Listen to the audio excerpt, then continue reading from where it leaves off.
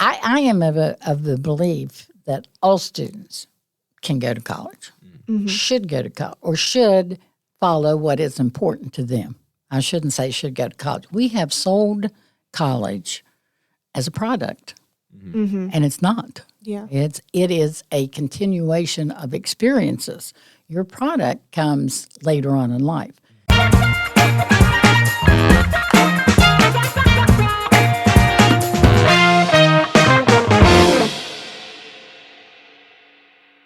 Welcome to Hard Talks, the podcast for Marshall students by Marshall students. I'm Luke Jeffrey. I am Ashley McClure. And have you heard? Education. We've all been through it. Most of us are going through it still. It's a long road, a long journey. But are we truly being educated? To answer this question, we have been joined by Board of Governors member and the original Oprah on the Dan Toney Show, Dr. Kathy D'Antoni. Thank you for joining us today. Thank you. It's a pleasure to be here. And you are sneaking into my past. Yes. Yes, we are. Do you want to let everyone else know about how Oprah stole your show? Or Well, no. It was back in my younger years, I should say, that I had the opportunity to do a talk show in Myrtle Beach. And so it was called the Dan Toney Show. So I laugh and say that I quit because Oprah got nervous. But, but the truth be known, Oprah probably wasn't even born then. And so, but it was fun. I enjoyed it. Myrtle Beach is the home to many things, apparently. That's where Dan had his run with the Alabama band. That's exactly. You had your talk show. Yeah.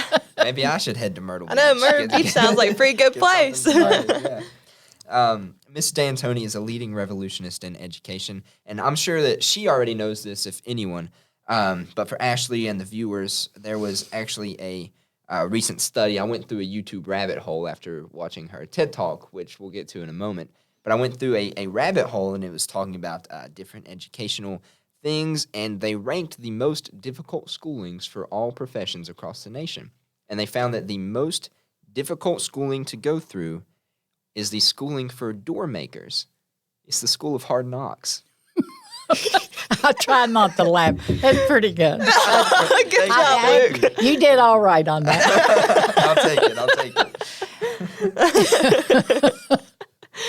Okay, to get into our questions, can you tell us about your past roles in West Virginia education, and are you still involved in retirement? Oh, yes. I may be too involved in retirement. No, I enjoy and I miss working with young people and also looking at ways that we can enhance education. That's my passion. All my life, I've been part of the education piece, I guess. I left at one time in the early or late 60s, early 70s, because I felt like schools weren't for students. Schools were not doing things to encourage and help students. So I got frustrated and left and went into business for a while for the next, I would say, 15 to 20 years. And then I thought this was my passion. I thought I got to get back. Maybe if I get a degree high enough that I can get into positions that maybe help change the way we do schools. Mm-hmm. So that was my journey. Yeah. Wow. So that's how you ended up with your doctorate. You actually went back and got it. It wasn't a straight run through. I went to Marshall about 6 or 7 times. It was like I go in and I go out and I go in, trying to find where it is that I wanted to be. And my career track was, I often say, was broken. It wasn't a straight line to anywhere. I was in education, then I was in the restaurant business, and I was in the television business, and then I came back to education. But education was my passion. It's paid off. The road to success isn't a highway, or everybody would be driving straight to it. So, and it seems like you've found the correct path. Well, the cool thing about having some business background or being outside of education, you can truly see or start to sense what folks need leaving school to enter business to be successful. Mm-hmm. I was flying by the seat of my pants, which is not probably the best way to go into business ventures. But I was fortunate and it worked out. But that's just because I was lucky. Had I had a better sense, I think I probably could have even done more than what I was able to do. So that's what I'd like to see young people. I'd like to see them have that opportunity to experience. Yeah, yeah.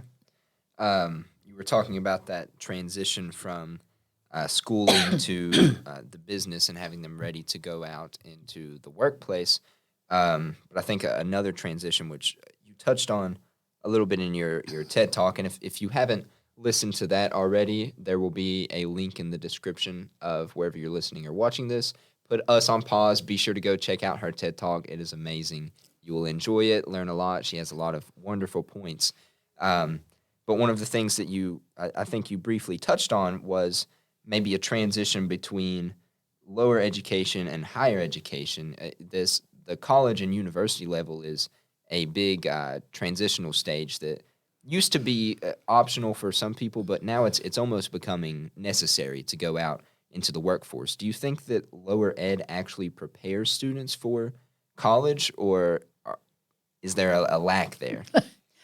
Well, it depends. I am of the belief that all students can go to college, should go to college, or should follow what is important to them.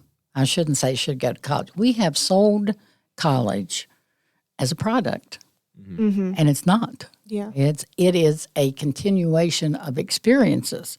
Your product comes later on in life, but unfortunately, we sell it as a product. So some students in lower grades think that product's not for me. Yeah. And that's not what it's all about. And I get really upset when I hear, well, they're not college material. Excuse me. Yeah. Every child, unless they have some brain deficiencies, are college material. What turns a child on to education or to learning is to get excited about it. And every single time any student, college, elementary, high school, walks into the classroom, they should be so excited to be there that they can't wait to go. Well, I don't think you'll find many of those situations. Yep. And that's a shame because learning is exciting. When you do something, I don't have to tell you that. If you do something that you're really interested in and you master it or you learn about it, I mean, it's like, yay, me, and it's excitement. Yeah. That's what education should be every single day, every time a child walks into a classroom. It should not be having to worry about, am I going to make an A? Am I going to fail? Am I going That's not what we're trying to do here, or we should be trying to do. What we're trying to do is for you to expand your knowledge base, open up to all the possibilities, and then take what you've learned and apply that so that you can be successful in the arena that you want to choose. Yeah, I like how you added that we shouldn't just be so focused on the grades, but just you absorbing and learning in that classroom environment. Because, teachers, or your parents will put so much pressure. Oh, you need to get an A, you need to have that high GPA. But really, it's like, are you learning? Are you keeping up? Are you okay? Well, first of all, name me any place outside of college where you're going to get an A or B with your paycheck. That is exactly right, yeah. And if you think you can go through this life without ever failing, you got a big surprise coming. It's okay to fail. Now, if it's because you didn't work, you didn't do your job, you were slacked off, whatever that is, those are habits. But if you really apply yourself to something and you didn't quite get the right answer, don't worry about that. That shouldn't be a failure. That is the opportunity to do it again, to find out how you can. It's called critical thinking. You start to learn how to put things together. And if I had one wish in this world or one wand in this world, it's to change the environment of education to an accepting and exciting and we're going to help you make through this instead of you got to get A's, you can't wear a hat in school, get rid of your gum, put up yourself. I mean, it's It's rules. Yeah. Education should be exciting. Learning should be exciting. Yeah. And rules should come if it's abused. If the environment is being abused, then you put rules in. But you don't stick them up to start with. I mean, we don't trust our young people enough. We've got amazing young people. We really do. And every day that I've worked with these, when I was in the education system, and now as an opportunity to work with college students, they're amazing. You just got to listen and help and tutor and mentor, not condemn and judge and decide. Yeah, school should be a safe place for students when It they sure can should come be. and just feel comfortable. Well, there was one story I heard, and I will not mention names, but it really bothered me. It was about a couple of years ago. But anyway, where an honor student walked into a classroom, a math classroom, and the professor walked out and said, okay, nobody's going to get an A in this class, so don't even try. I mean, what is that? That is What not is okay. that? I mean, I'm like, you have totally in 1 minute squashed the child's creativity, their enthusiasm, their excitement. I just don't understand that philosophy or that viewpoint. And you should walk in and a professor should say, everybody right now has an A in my class. Everybody. You're going to have to work not to get it. Yeah. So, Just that attitude change my helps goodness. immensely. You should never be afraid of education. You shouldn't have to sweat education. You should be enjoying it. You should be able to be excited about it. You should be able to really learn and explore and dive deep into your material and come out with stuff. I mean, what could we do if we all decided to create something different? I mean, it's amazing. Yeah. A term that you used in your talk that I really enjoyed, it spoke to me personally a little bit. You used the phrase defining your own mastery. And I think even at Marshall, I know that we still have the grades and they do it on that basis. But I think that there are people taking those steps to implement that. I know in the honors college, a lot of people think of the honors college kids. You have to be, it's high GPA, and if you're smart, the stigmatism in West Virginia, if you're smart, you're a doctor or a lawyer, and those are the only paths you can take. And that's all I heard growing up. Oh, you're going to be a doctor? No. A lawyer? No. Well, they think it's a waste. But something that I found here in the honors college and with a lot of people, and especially I'm going to give a shout out to Dr. Ng, is that you can be, it doesn't matter if you are the smartest person on the planet, if you are not interested in using it to be a doctor or a scientist, it's okay because you define what your own success is. You define your own mastery. And I think that was something beautiful that you really said there. Well, thank you. I believe that. I mean, if everybody was a doctor or everybody was a lawyer, we'd be in big trouble. I mean, everybody be sitting waiting on, well, who's going to build the building that we get in and who's going to do the plumbing for the surgery? I mean, every part of the world that you are going to explore and enjoy needs folks and their intelligence and their abilities to create the environment for all of us, not just a doctor or lawyer. And yes, you have to be smart. But my opinion, everybody could be a doctor. It's not about smart. It's about being engaged. You are passionate. You stick to it. This is something that you want to be able to do. That same intelligence can go over to a welder. If you look at the skills it takes to be a high-level welder, it's amazing. And you put a person who wants to be a doctor or a lawyer in that environment, they may not. I mean, they probably would fail just as because that's not. But it doesn't mean that you don't have intelligence. Right. It's just this is a body of knowledge that you have, and you grow this body of knowledge in this field. It doesn't matter this is what I have preached. If I get enough knowledge as a welder or a plumber or whatever, the trades or whatever, if I have my skill set so high, somebody should tie a bow around it and give them a doctorate degree because they have mastered that field. So, I really get frustrated with sometimes teachers and counselors get, again, college mixed up as a product. You go to college, check the box, you're successful. Yeah. Sorry, there are a lot of successful people that don't have the degree. They got the smarts, they got the education, but nobody's tied a bow around it and put a degree to it. But that doesn't mean it doesn't exist. They're qualified, not certified. Thank you. Thank you. Yes. So anyway, it's a very good point, Luke, very good point. So my passion is about, because I have seen so many young people whose confidence, drive has been squashed because they didn't quite measure up in an educational environment of a person who's running it because they weren't academic inclined.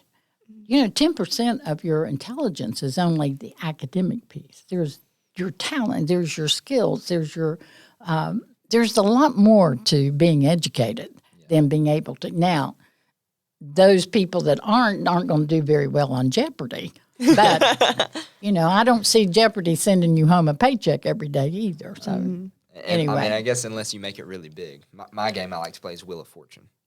I'm a Wheel of Fortune. I am too. I like Wheel. Do you do Wordle? I do. I do too. Wordle. I love Wordle. I do it I do Wordle regular, Wordle with 6, and then there's Quordle. Quar. There's 4 of them. Oh, 4? Yeah. I've done. Have you done the Quordle? I've done Quordle. There's also a Dirtle. It's 2. I haven't seen it. And then there's an Octurtle that it has 8. So now I haven't gotten to that one, but I do. It's like a rhythm every morning. I read the paper, then I do jumble all those words, and then I do quip to quote.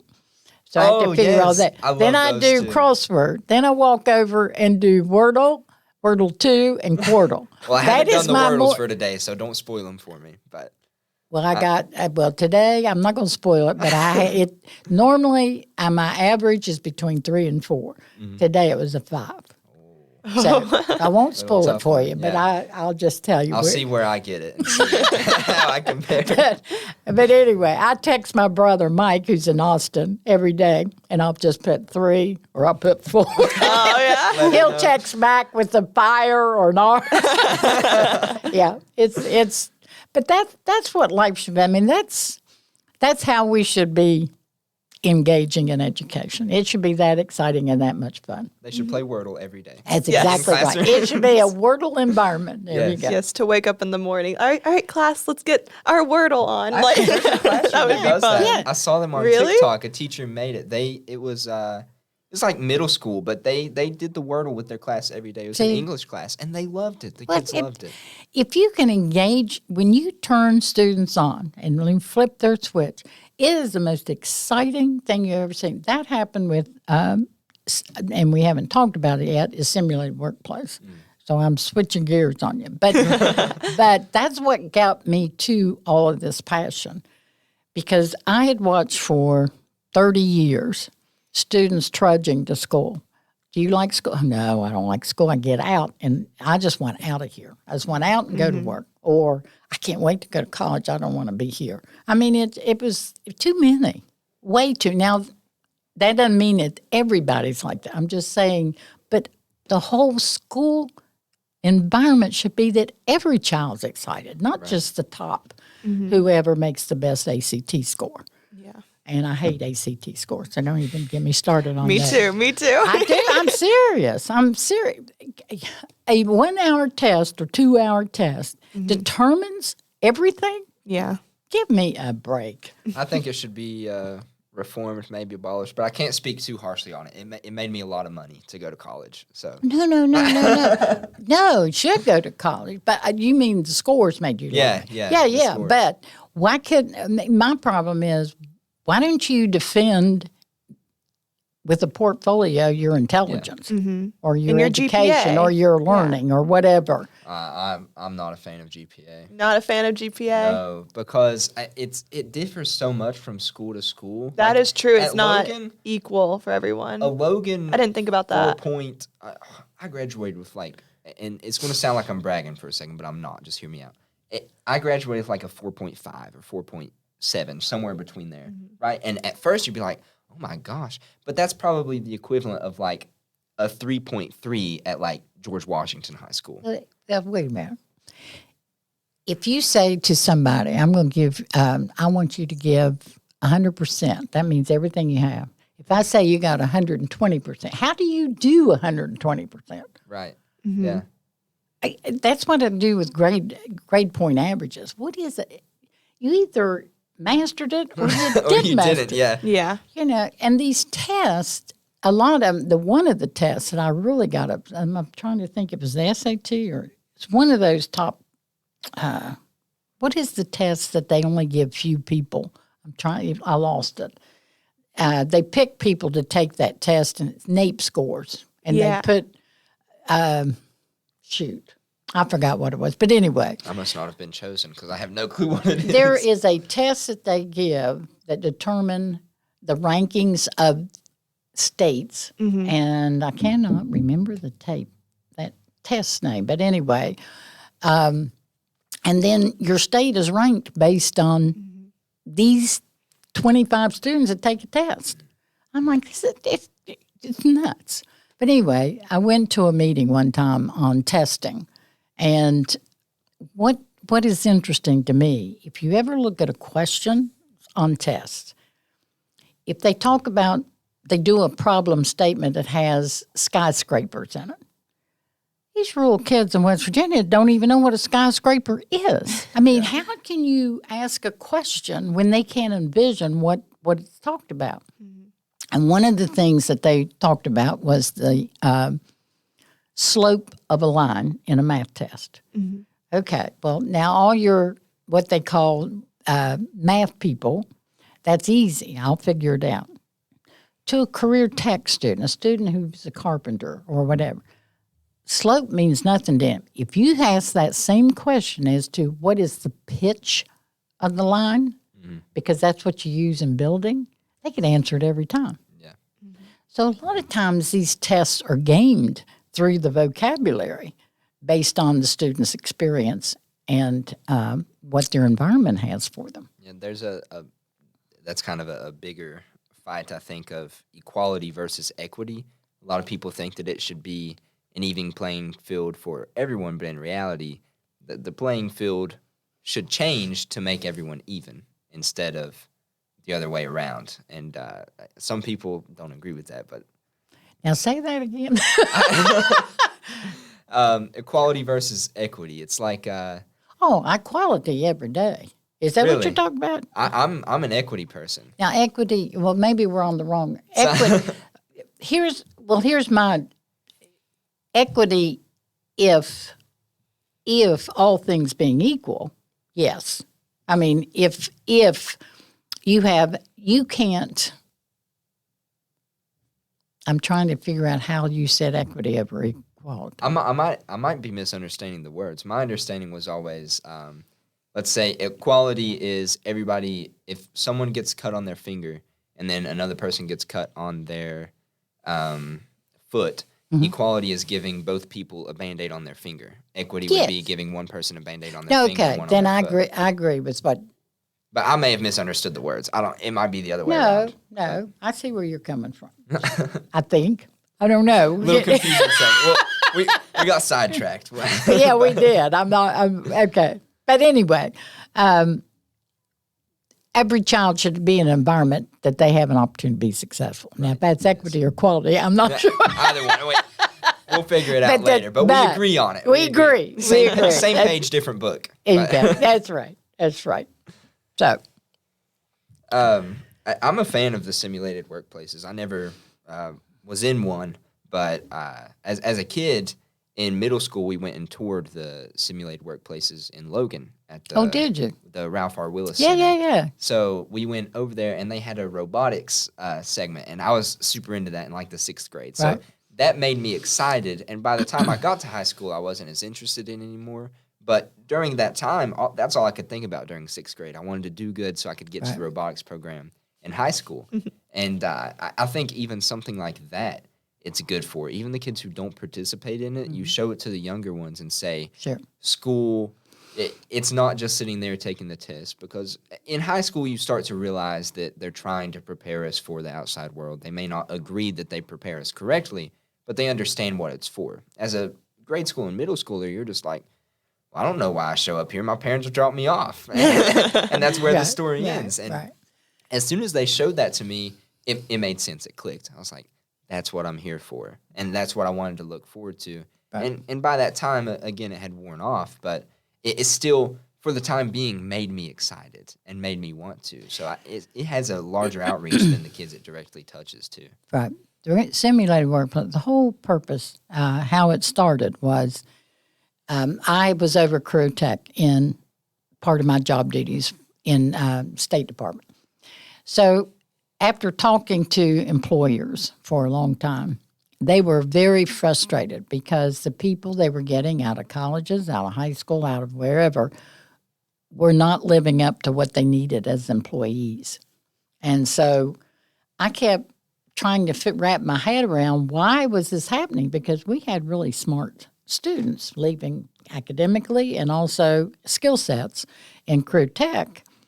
And so basically what I figured out was, or what we started to look at, was the environment that we put in. Students don't know the environment of a workplace, and it's totally different. So the soft skills, not your intelligence, not your math skills, not your skill sets, but can you communicate? Can you show up on time? Do you do quality work? I mean, all of these things, we weren't part of the education system.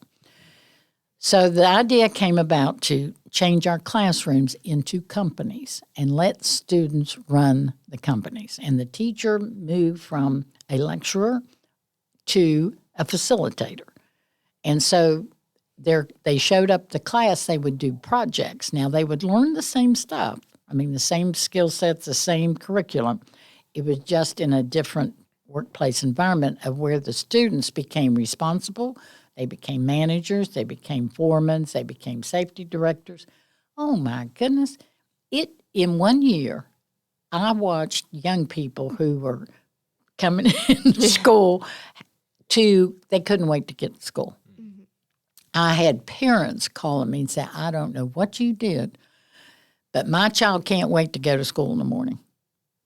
So it really rang a bell. Well, now it's in its 9th year.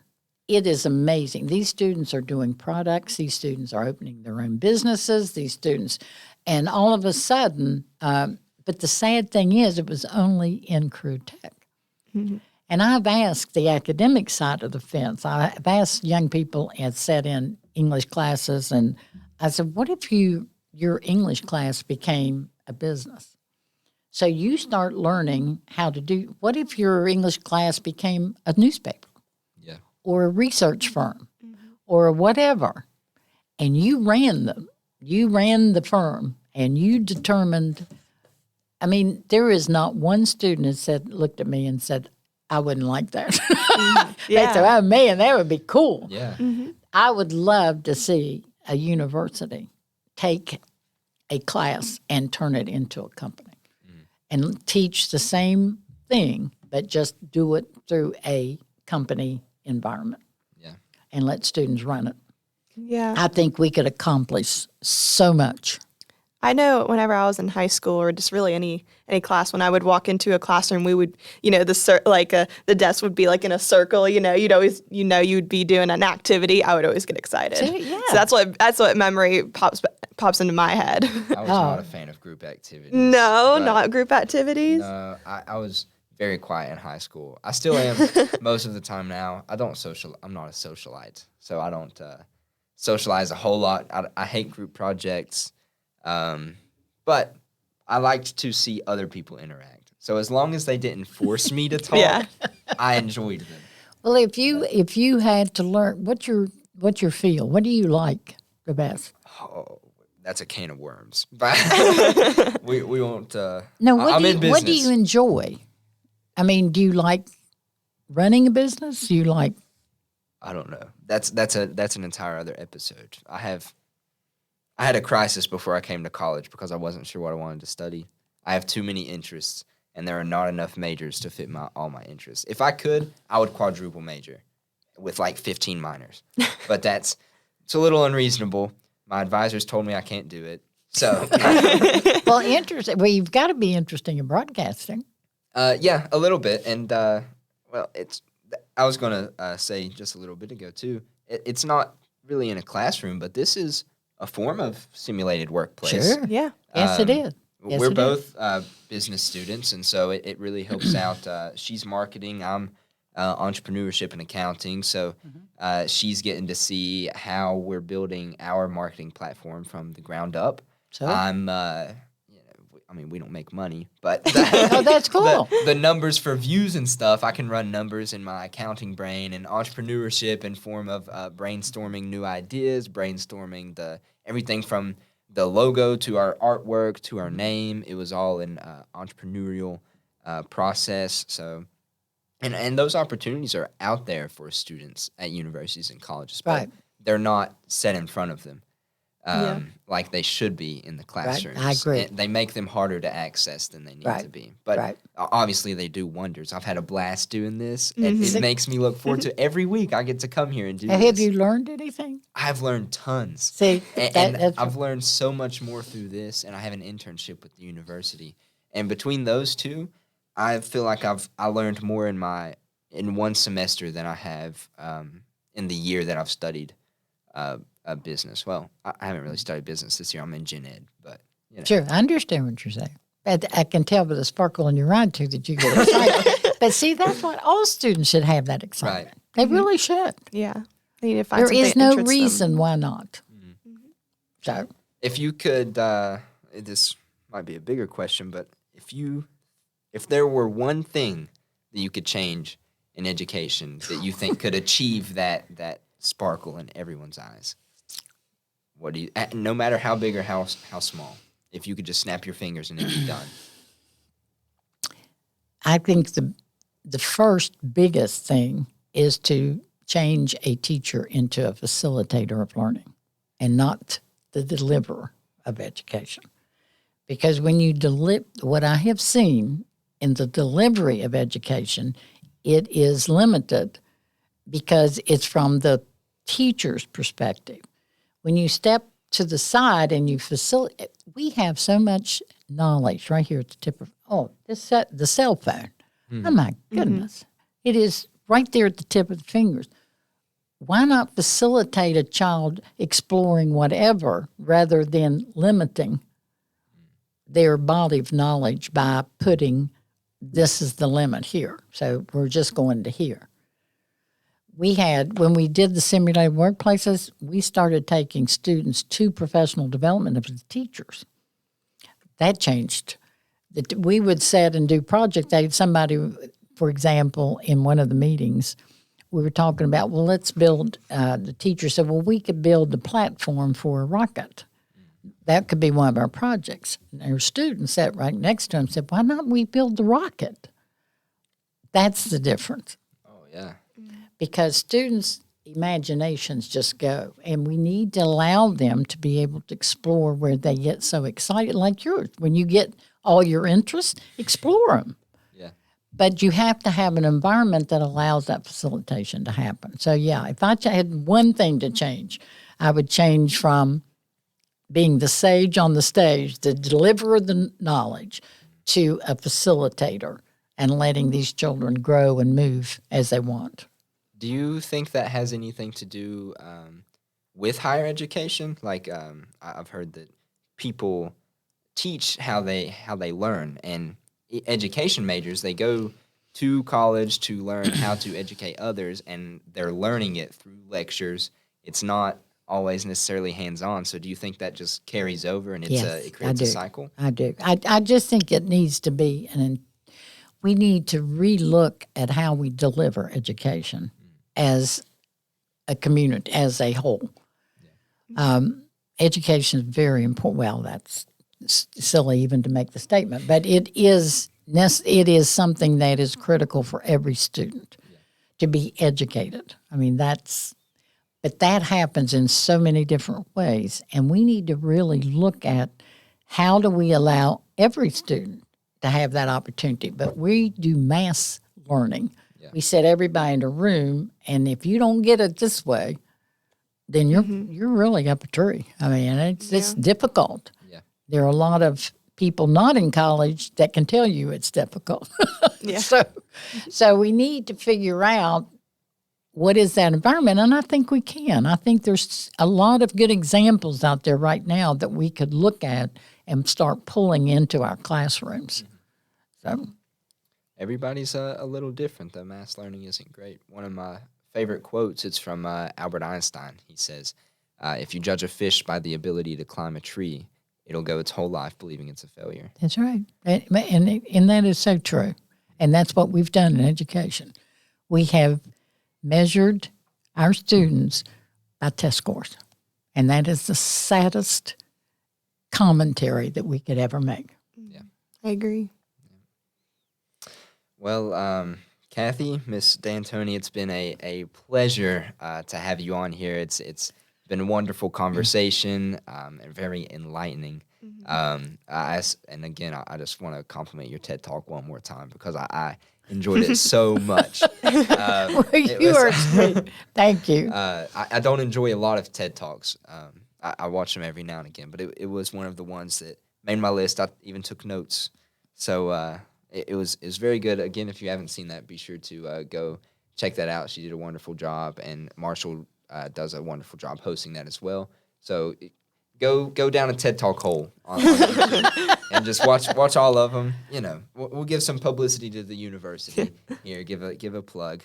If you haven't seen our other episodes in the past, be sure to go check those out. We will have plenty more interviews coming up over the summer, and you can find those in the link in the description of wherever you're listening to or watching this. You can find all of our directories and all of our social media platforms that you should go follow us on so there's nothing you haven't heard on campus. See ya.